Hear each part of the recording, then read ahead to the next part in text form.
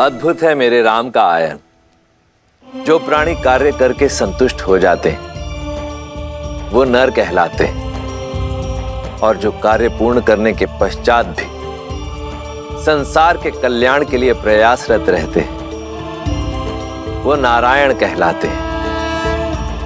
जैसे मेरे प्रभु श्री राम उत्तर से सुदूर दक्षिण तक इस मार्ग पर यात्रा की प्रभु श्री राम, तो इस मार्ग का ऋण हुआ उन पर जिसे उन्होंने चुका दिया।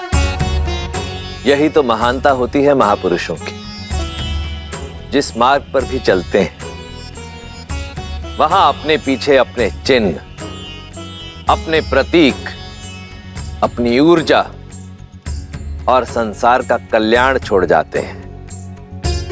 आने वाले काल में साधारण मनुष्य हनुमान की भांति संजीवनी को तो नहीं खोज पाएगा, परंतु इन पर्वतों की छोटी छोटी चोटियों में छिपी औषधियों का लाभ अवश्य उठा पाएगा। ये औषधियां, ये पर्वत बढ़ते बढ़ते आयुर्वेद और सिद्ध चिकित्सा का ही अंग नहीं बनेंगे, अभी तो अध्यात्म का केंद्र भी बनेंगे। नर को नारायण से मिलने का मार्ग बताएंगे। बताइए, इससे बड़ा भला कोई कल्याण हो सकता है?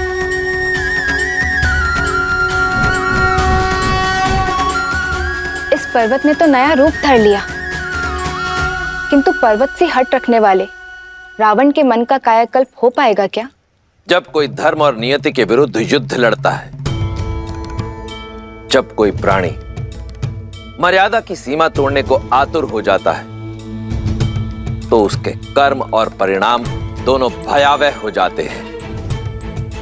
जिसका उदाहरण है रावण के कर्म। रावण के कर्म अक्षम्य हैं और उनका परिणाम उसके लिए घातक सिद्ध होगा। ओम ह्रीं निकुंभले शत्रुस्तंभ्य पाद्य पाद्य पट।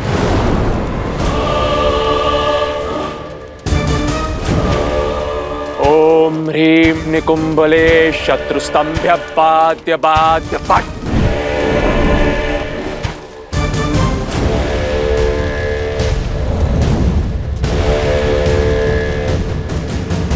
किसने मेरे यज्ञ को भंग करने का दुस्साहस किया? उसने जिसके लिए तुम ये साधना कर रहे हो। पिताश्री,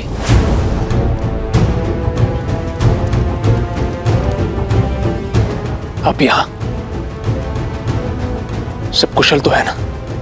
नहीं पुत्र, वो वनवासी का भाई पुनः जीवित हो गया है और वो मरकटों की सेना एक बार फिर खड़ी हो चुकी है।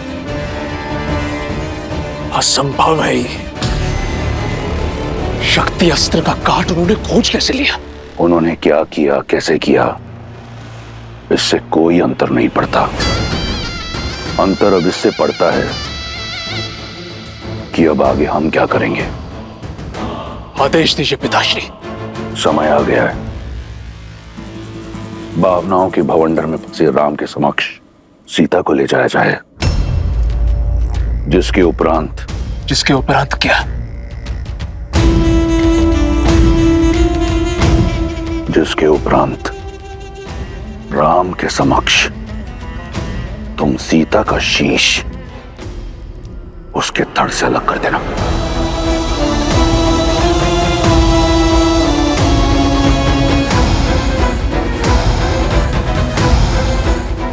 पिताश्री। हाँ पुत्र, अब सीता की मृत्यु उस विश्वास, उस उद्देश्य का अंत करेगी जिसे लेकर राम आगे बढ़ रहा है।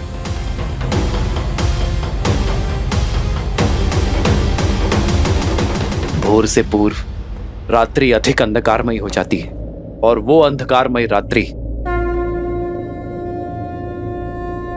हनुमान के कारण शेष हुई। परंतु अब भी हर पल कठिन होता जाएगा। हमें अपना शौर्य उगते सूर्य के तेज की भांति प्रतिपल बढ़ाना होगा। जितना शौर्य दिखाया है उससे अधिक साहस दिखाना होगा। ये हार रावण के सम्मान पर प्रतिघात है, जिसका उत्तर वो क्रोध और क्रूरता के साथ देगा। मेरे वानर वीरों, सज्ज रहना, क्योंकि किसी भी क्षण अनिष्ट हो सकता है। सभी सेनापति अपनी अपनी टुकड़ियों के साथ लंका के हर द्वार पर घात करेंगे। रावण की पाप की नगरी पर चारों ओर से एक साथ प्रहार करेंगे। आज्ञा का पालन होगा। आज्ञा का पालन होगा श्री राम। राम राम कहो जय श्री राम, दशरथ नंदन राजा राम। राम राम भजते हनुमान, अवध बिहारी राजा राम।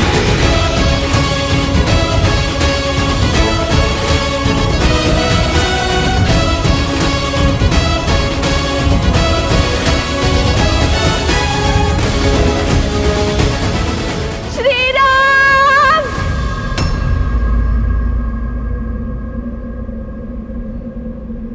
श्री राम।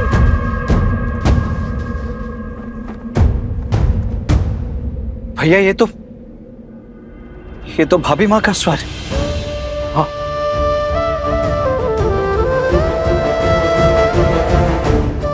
सीते, स्वामी। सीते, श्री राम। श्री राम।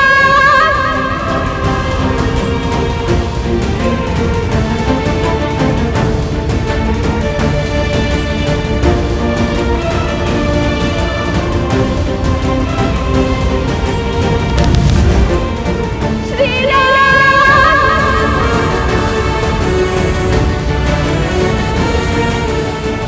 श्री राम।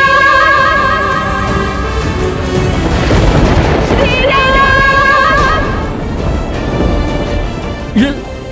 ये तो माता सीता है।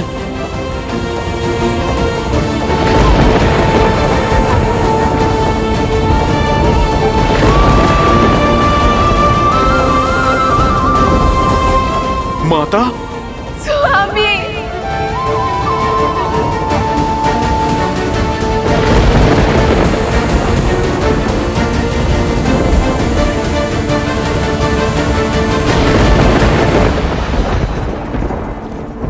श्री राम। सिया राम। श्री राम।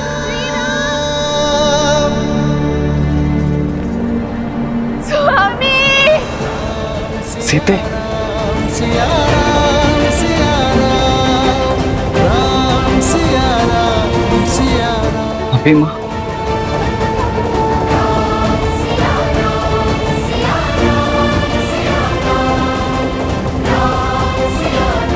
लगता है रावण माता सीता को लौटाने का संकल्प कर चुका है। सीते,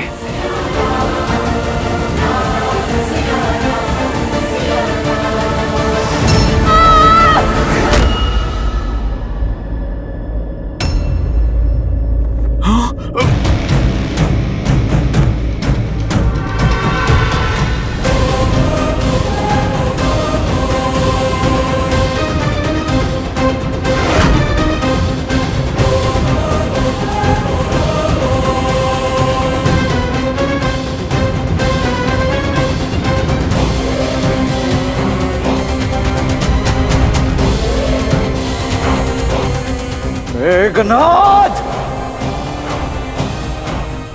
इस समय तुम्हें उत्तर देने का नहीं है, तुम्हारे भ्राता श्री को संदेश देने का है। राम,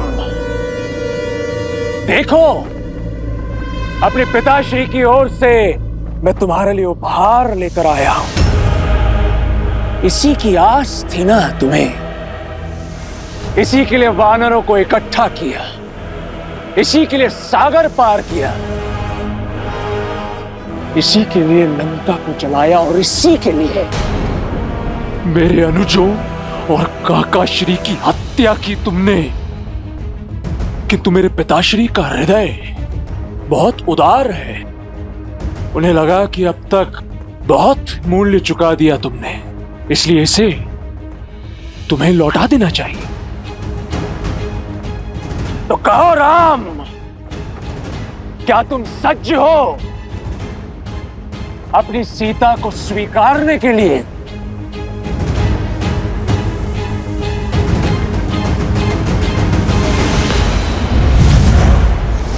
सीते!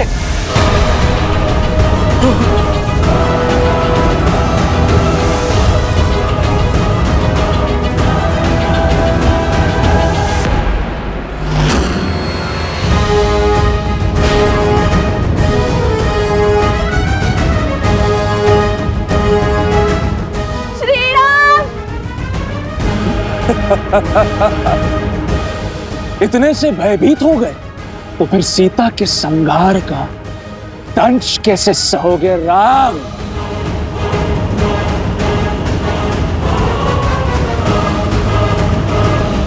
नहीं भैया, ये सत्य नहीं हो सकता।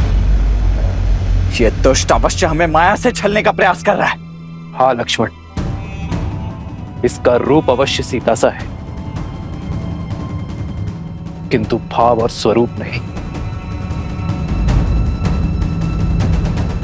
अच्छा, विश्वास नहीं हो रहा तो ठीक है, अब विध्वंस देखो।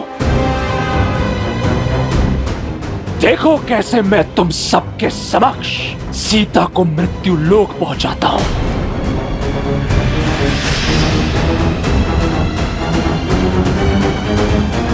मैं आप ही की सीता हूँ श्री राम।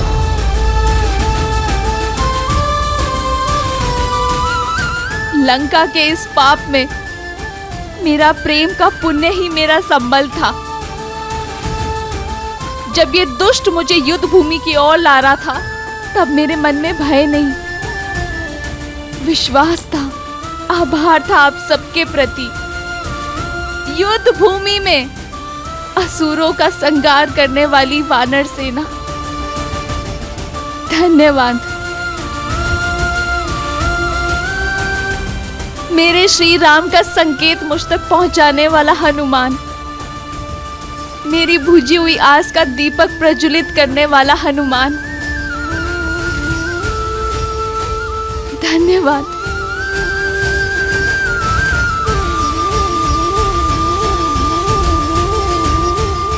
मुझे भाभी से अधिक मां मानने वाले, दिन रात मेरी सेवा करने वाले, मेरी रक्षा के लिए लक्ष्मण रेखा खींचने वाले, मेरे लक्ष्मण भैया, मेरी गरिमा पर हुए आक्रमण का उत्तर देने के लिए धन्यवाद। हबीबा, विश्वास की हर डोर टूट सकती है, किंतु मेरे श्री राम से आस की डोर कभी नहीं। वनवास में पग पग पर मेरा ध्यान देने वाले, मेरी इच्छा पूर्ति के लिए स्वर्ण मृग तक का आखेट करने वाले, मेरे साथ के लिए सागर पर सेतु बनाकर यहाँ आने वाले, मेरा मन, मेरा तन, मेरे प्राण, मेरे श्री राम, धन्यवाद। सीते,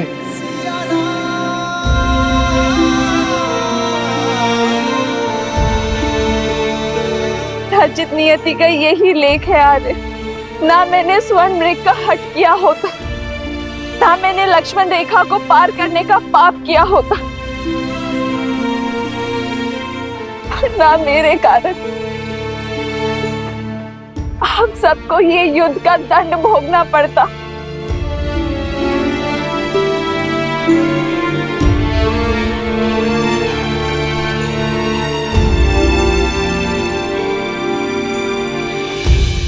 मुझे वन में भी महलों का सुख देने के लिए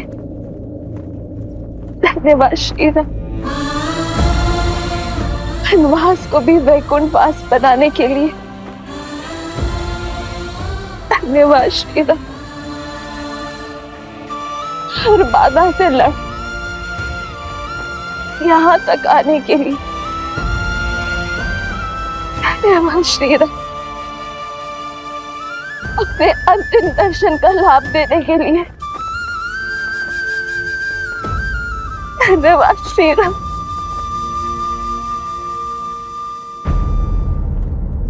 समय आ गया है। भूमि से उत्पन्न हुई भूमिजा एक बार पुनः भूमि में मिल जाएगी। मेरा काटना असंभव हो रहा था मेरे लिए श्री राम। मृत्यु का ये मार्ग मेरा उद्धार है। नहीं सीते,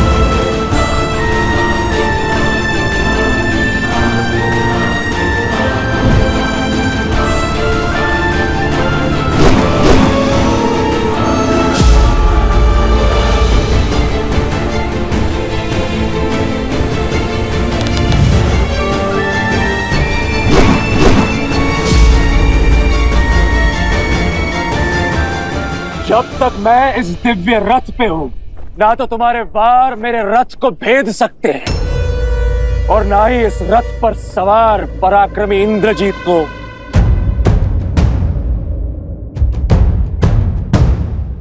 जिन्हें पराक्रम का साथ होता है